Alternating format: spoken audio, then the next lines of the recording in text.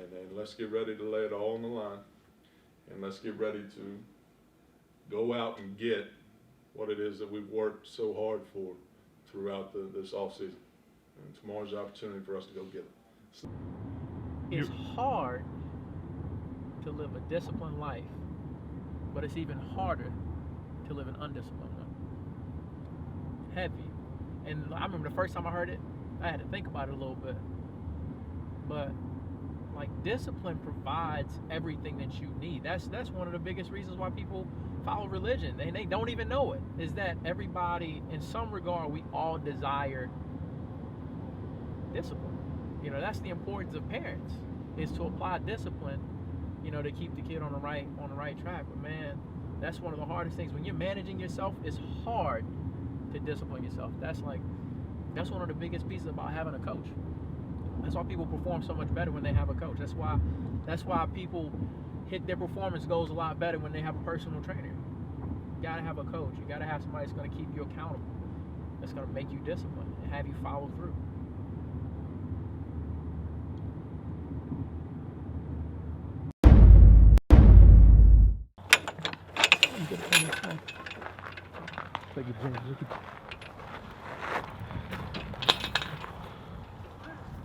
How you doing? Good to see you, man. Good seeing you. How are you? Doing fine. How about yourself? I'm alright. Who went to BYU? I'm just a BYU fan, man. Oh, shit. I didn't know that. Especially after it knocked off Gonzaga Saturday night. Had to Did bring they it for out. real? Get a left hand on the mound. I didn't know that. Yeah, knocked off the number 1 team. What's happening, man? Make sure you get this on film, because you don't get a chance to smile much. What's going on? No, you're looking at it, man. You're looking at I it. thought practice didn't start at 3:30. Well, so Jay started 2:30. Varsity guys get stretched out, get their early work in, and then they come out and start throwing. Oh, so these are older guys. Yeah. So pitchers, you know, take an hour to get ready, so we try and get a little head start on those guys. That's why the JV bigger than the varsity? We're trying to feed them, man. Trying to feed them up. Let me say, Jimmy, you like him like that? Man, that thing is. Have a good year, wear a lot. See if I can get to this foolishness I saw. Daddy, I need the extension cord.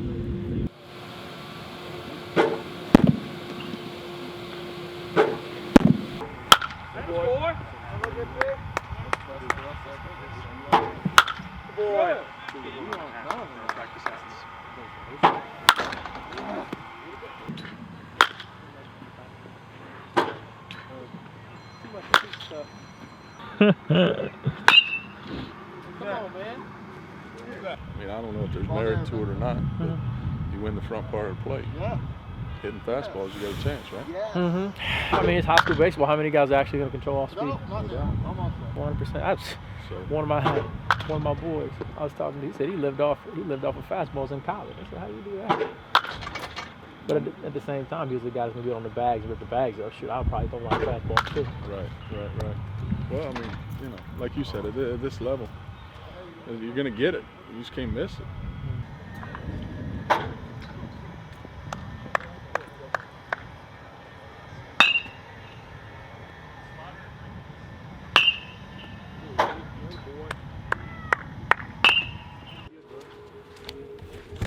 What's up, man? Raphael. Nice to meet you. Get these things for me. All right, let's check this time. Everything you got right now. It's that. You got some of the girls want to go. That's why you just let them where they're not. You gotta. I want you to change your focus right now. You need to try to. If I were you, as hard as you're going this way, I would start focusing on that gap, because your barrel's releasing. Your barrel's releasing every time here, and it's getting there too early. It's gotta snap. I mean, at the end of the day, it's energy placement. You got energy going this way. Okay. Try to drive it that way as hard as you can. See what happens.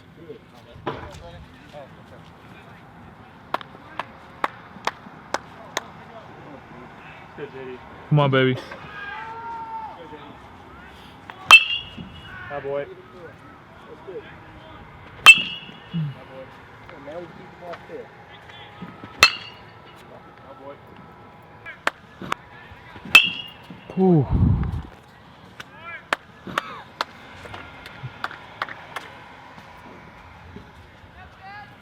Come in for a second. Those are the things you need to pick up day to day. You got to pick up on that stuff instantly. You got to see, what is the ball doing? What does my swing feel like? What is the result I'm getting? Go back to it every time, because you got to make those adjustments. You got to make those adjustments. So right now, I can watch your swing.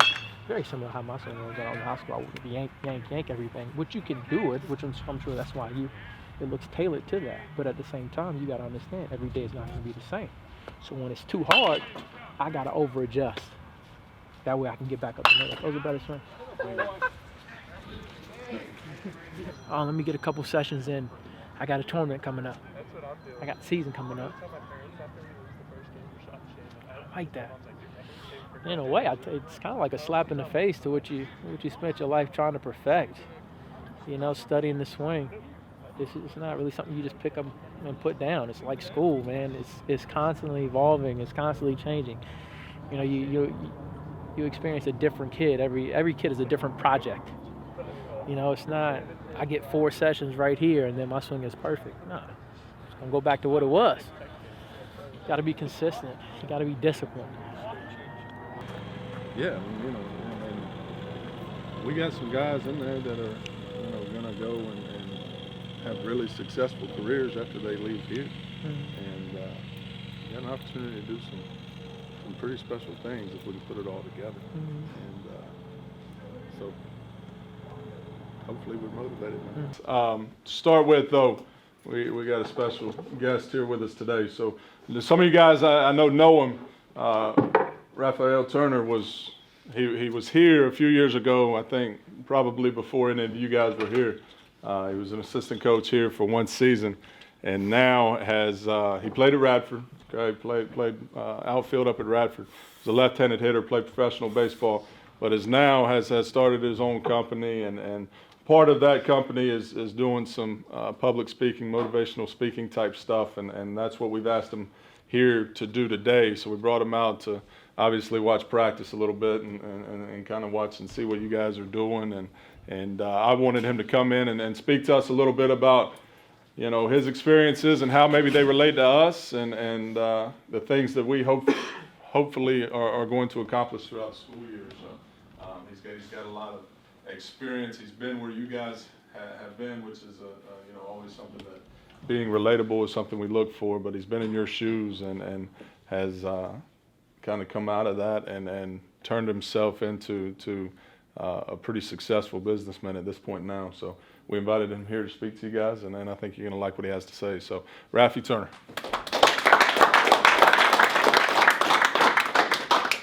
A little bit of that is smoke. I'm going to speak over here where he is. And just, excuse me, guys, as I kind of go through my notes and as I speak to you, we can look at it from another perspective, too. Legacies are stories. Legacies are stories, right? And what do they always say? Is how many sides to a story? 2 sides to a story, right? Well, some people say it's 3 sides to a story, because it's your side, their side, and the truth, right? And legacy is kind of the same way. You know, you need to look at what is your story going to be when you leave here, personally, and then what is your legacy going to be as a team when you leave, because they're 2 different things. They're not the same thing. They're not treated the same, right? When you guys know Bates' brother, right? What things have you heard about Bates' brother? He started out not being very good and then ended up being really good. Okay. It's funny, but I mean, that's part of it, yeah. Do you know anything about, who knows, what did you hear about Bates? Well, I played with him a little bit, but no, really, really good and successful at the next level. Mm-hmm. Anybody else know anything about Bates? He's doing work at Charleston. Yeah. Anybody know Bates before he was Bates?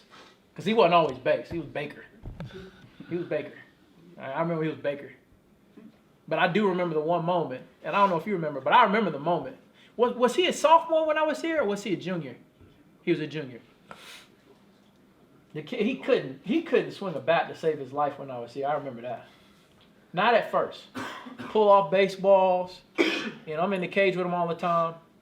But one game, I knew he had one game that I knew he was going to go into the next season, and he was going to be a big piece of what Jimmy did here offensively. And that's when we went to States. That last game that we played, I don't know if you remember that team. But they had an arm on the mound. I don't know if it was a lefty or righty, but they were dealing. We couldn't swing it for anything. And they just tagging us all over the park. But one guy went up to the plate. I don't know if he hit 2 doubles that day or what. But I know he stroked 2 balls in the gap. And that was your brother. The only guy. The only guy.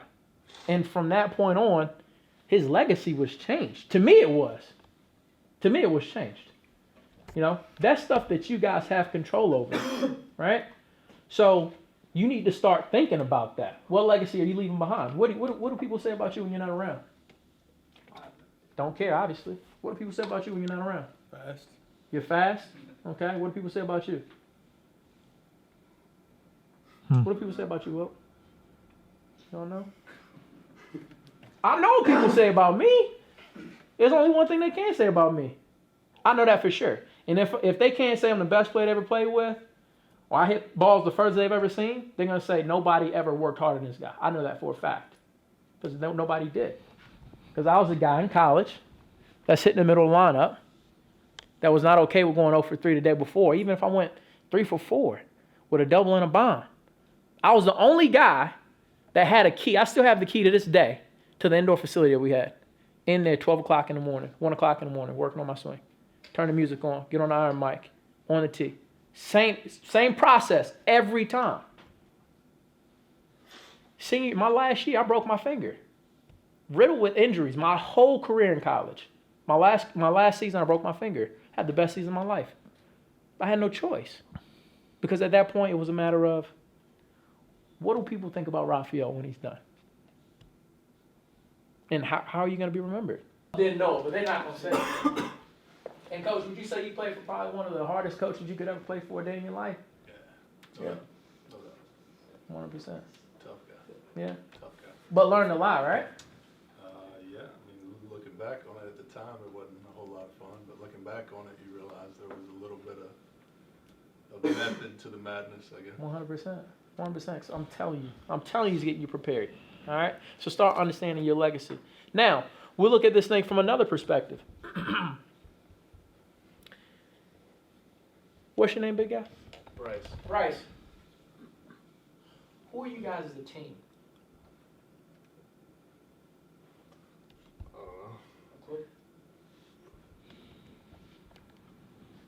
JD, right?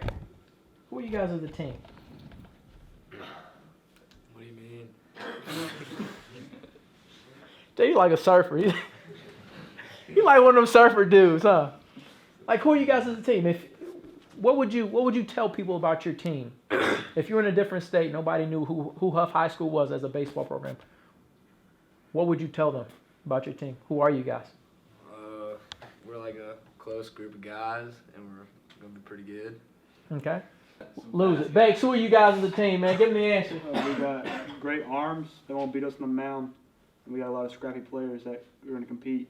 Gonna compete. Very competitive. Got good arms. Gonna scrap for it. And so we look at the team side.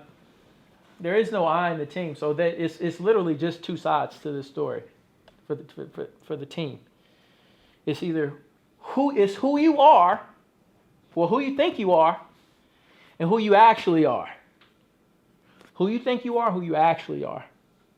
Right? Because you can have your perception of what you guys think you are, but at the end of the day, you got to put it together in between the lines. And so the legacy that we're talking about, if we're going to put together a good legacy, I'm telling you, as many good arms as you have, as scrappy as you guys are, there's going to be a moment where everybody's at the head of the dugout and they're looking at each other. Is this guy going to come through? Is he going to make this pitch? Because there's another team that's having the same conversation. I guarantee it. There's another team that has a leader that makes sure that everybody knows what the goal is. 'Cause that's what it is. So you got to get on the same page if you want to leave that legacy. So you need to start asking, who do you want to be when the season is done? And what are you leaving behind? That's what it boils down to. Start talking about legacy. You're going to have to overcome something. Handle the teams that you're supposed to handle. keep it close. He'll finish the game for you. And what are you leaving? 1, 2, 3. Let's go! Let's go! Sir! Good job. Five bullets on Go, baby.